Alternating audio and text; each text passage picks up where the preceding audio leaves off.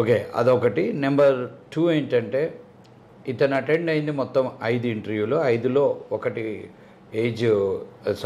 ఒకటి year constant వల్ల disqualify అయ్యాడు. 4 ఇంటర్వ్యూస్ ఇతను సీరియస్గా అటెండ్ అయితే he got 3 offers and 1 is on హోల్డ్లో ఉంది ఒక కంపెనీ, ఇంకా రిజల్ట్ రాలేదు. సో దీన్ని బట్టి మనం ఏం అర్థం చేసుకోవాలంటే, ఒక స్టూడెంట్కి ఒక ఆఫర్ వచ్చిన తర్వాత సో ఇంకొక ఆఫర్ కోసం కూడా మనం ట్రై చేయొచ్చు. ఆఫరు ఇమీడియట్గా జాబ్ రాగానే జాయిన్ అవ్వాల్సిన అవసరం లేదు.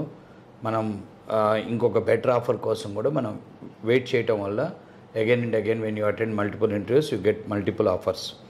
అదొకటి. నెంబర్ 2 ఏంటంటే ఇతను తన యొక్క ప్రాసెస్ ఆఫ్ ఈ యొక్క ఇంటర్న్షిప్ అండ్ ప్లేస్మెంట్ ప్రోగ్రాంలో ఈ worked as a mentor for us for multiple students. So ఈ మెంటర్షిప్ అనేది కూడా స్టూడెంట్స్కి అంటే నేర్చుకునేటప్పుడు చాలా హెల్ప్ అవుతుంది. సో వాళ్ళ కాన్ఫిడెన్స్ లెవెల్స్ చాలా పెరిగే అవకాశం ఉంది.